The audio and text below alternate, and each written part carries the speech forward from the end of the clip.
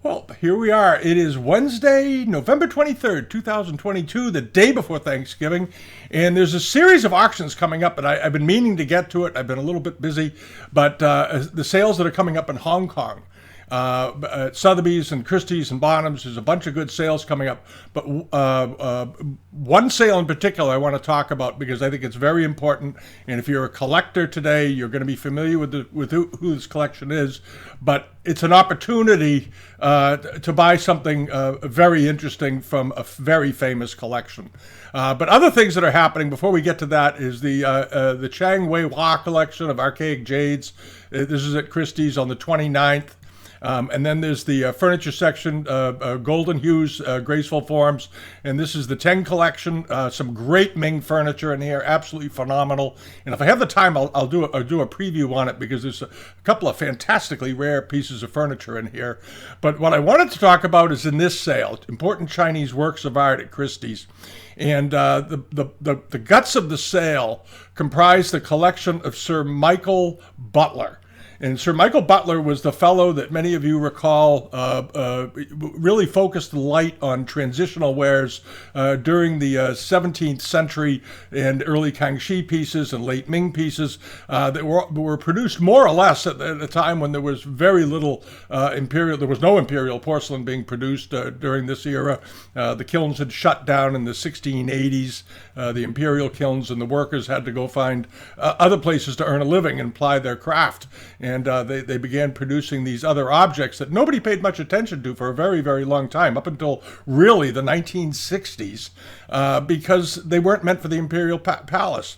And there's a very good video, an interview with Sir Michael Butler before his passing, that if you haven't seen it, it's a gem of a video, and I'm going to link it below, and you can go watch it. He's a charming guy. He walks through his collection. He talks about how he began it and so forth.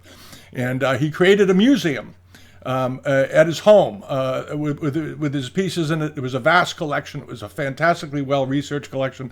Many of the pieces have been exhibited in museums, the Oriental Ceramic Society, in collections and shows all over the world.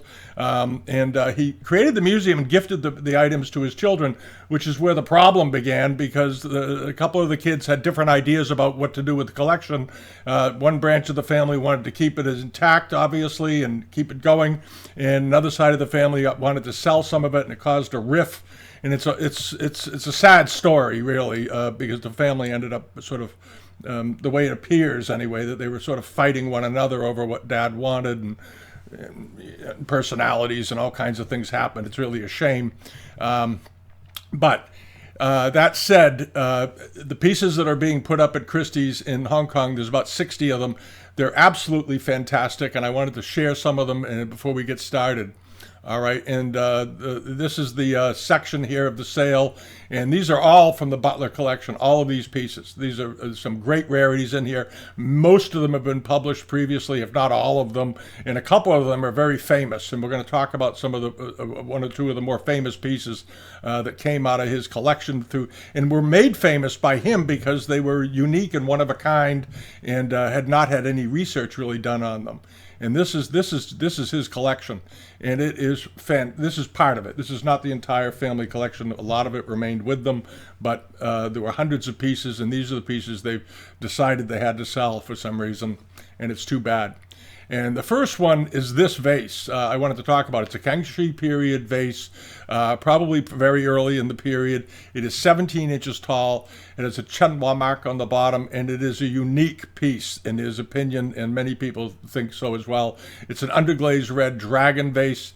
According to Mr. Butler, he bought it for about 350 pounds in the late 60s, which was a reach for him at the time because he was just learning about it and getting into it. And this was one piece that he decided to go all in on. And it's a fantastic example, and I'm really disappointed to see this go. But if one of you is out there is in the position to buy it, this is a gem of a vase. And I don't think it's going to sell for the estimate. I think it's going to go far beyond the estimate because it's such a rare example. It's estimated at 800,000 to 1.2 million Hong Kong, which is around dollars, which is obviously around 100,000 to 120,000 dollars. But it is a fantastically rare piece. And here's a little clip about it that he did regarding this vase in that video that I mentioned. This piece I bought when I became a little braver in the late 1960s. By far the most expensive piece that I'd bought at that time at £325. And it's probably unique. It's now certainly famous.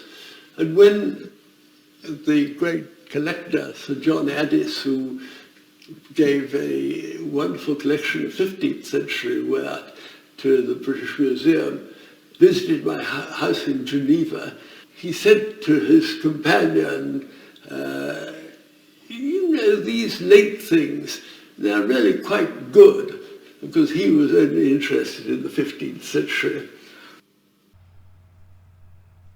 And then, after that, we move over to this. This is a Chongsen period, 1628 to 1644 censer. It's a figural censer. It's absolutely spectacularly well painted.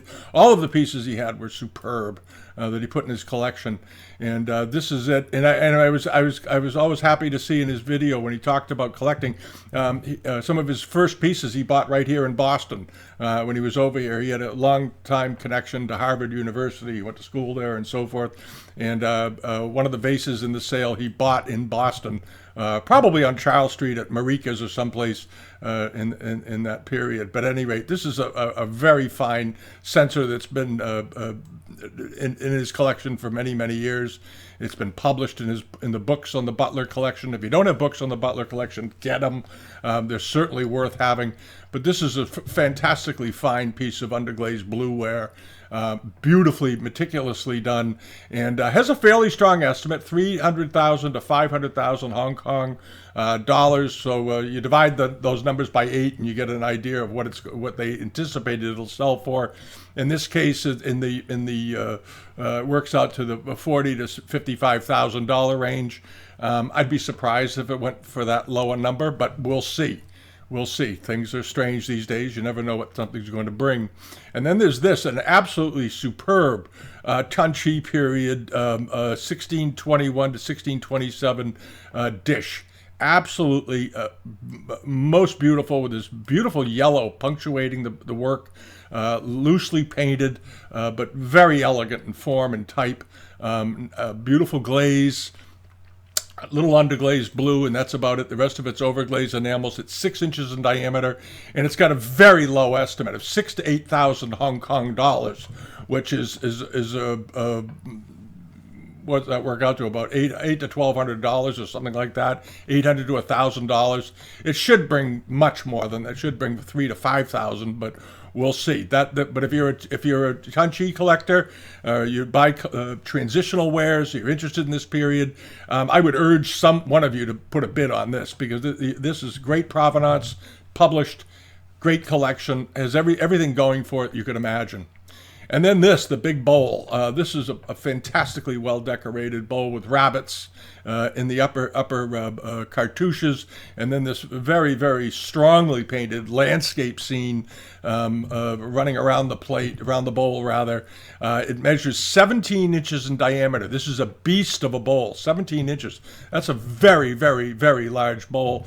It's estimated at 150 to 250,000 Hong Kong, or roughly $20,000 or $30,000, $20,000 to $40,000, something like that.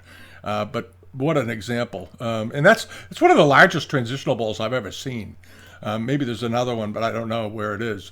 And then this is another extreme rarity. Also, this is Kangxi period. A dated and inscribed vase with the cyclical year on it of, what's the year? It's like 1721 of the period. It's 19 inches tall. And this is the vase. Beautiful. And you know this pattern because it was carried forward well into the 19th century, used often on export jars and big porcelain jars. This is one of the early examples of this pattern being used. Beautifully done. And the back of it, this is the blockbuster part, fully inscribed with an extensive number of poems on the back of it. And this is a big pot, a really big pot. And if you're a Kangxi buyer, you have to take note of this. This is a great thing. And as I said, it's just a hair under 20 inches tall, very, very large, estimated at 400,000 to 600,000 Hong Kong dollars, or around 50 to 60,000, but 50 to 70,000 dollars US. But what a piece of porcelain. And then the Shunzi period Femi Vert Quilin dish. This has been published many times. It's a very famous dish. Here it is. The decoration on it is superb. And that's the one thing that really stands out in his collection. Everything was the very fine examples. And some of them weren't in perfect condition. A number of his pieces have hairlines in them and things like that. He didn't care. He wanted the most beautiful examples, and that's what he focused on. And this is a great example. I don't think this has any damage to it, but this very excited Quilin with his back all arched up, snarling at the sky. Beautifully done. There's the profile of the dish, nicely potted and so forth. Estimated at 20 to 40,000 or 20 to 30,000 Hong Kong dollars, which is 2,500 to a hair under $4,000. But a great example, and from his collection. And then this really nice Shunzi period 7-inch tall cockerel vase. This is a very rare type. Those of you that collect transitional wares are looking at this saying, boy, that's something you don't see very often, with this design on it, this pattern of the cockerel and then the leaves above it. We see them often with the peonies and the so forth on these vases, but with the cockerel standing in the center of it makes it quite an unusual thing. Estimated at 15 to 25,000 Hong Kong. Again, it's a very fine Mukai making example, and should elicit a lot of attention. And then over to this Shunzi period, 1644 transitional ware. They typically refer to transitional wares in here often as Shunzi, but everybody else calls them transitional. It's a matter of just it's a matter of debate, I guess, about what you should call them. It's 16 inches tall. It's been published many times. It's got a 400,000 to 600,000 pound estimate on it. But the decoration on it, again, like with all of his pieces, were superbly well done. He got very selective about what he bought, and it was based on the quality of the artwork and nothing else. Really, the aesthetics.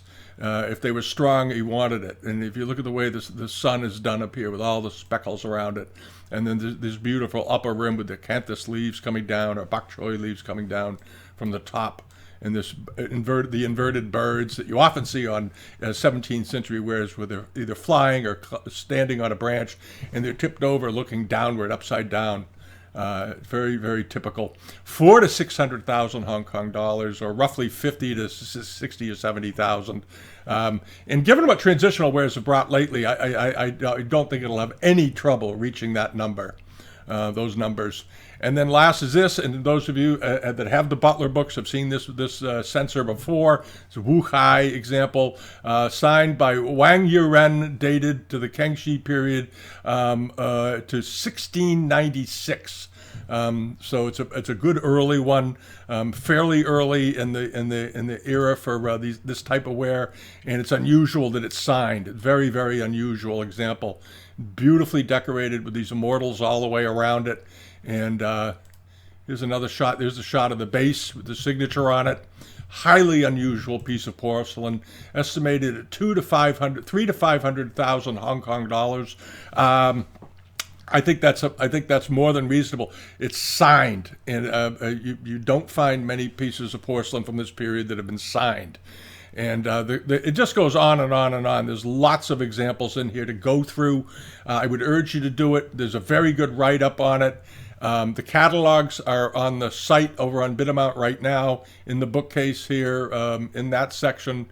Come over and you can get all the books and catalogs that we posted, and go through it and enjoy it. And go to the Christie site and read the notes, read the auction notes on this sale. When you open these, there's often a lot of information about where things came from, how he got them. There's how many times they've been published, and you'll be struck by how many times his things have been published, because he was very generous with his collection. If anyone called from an institution or an organization, he tells a story on the video that we've linked below, that at one point they called him for Oriental Ceramic Society's exhibition, I think it was, and they said they might want to borrow one or two pieces from his collection if he'd be willing to loan them.